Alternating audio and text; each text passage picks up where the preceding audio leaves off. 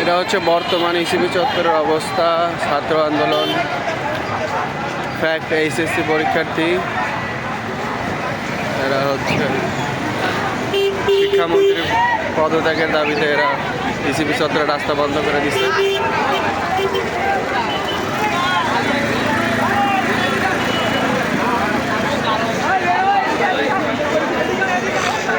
গরম লাগে।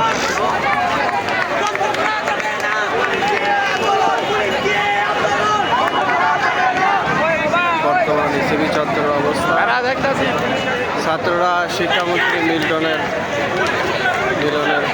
পদত্যাগের দাবিতে ইসিবি চত্বর রাস্তা বন্ধ করে রাখছে। ছাত্ররা পুলিশের সাথে কথা বলতেছে, দেখুন কি বলে দেখুন।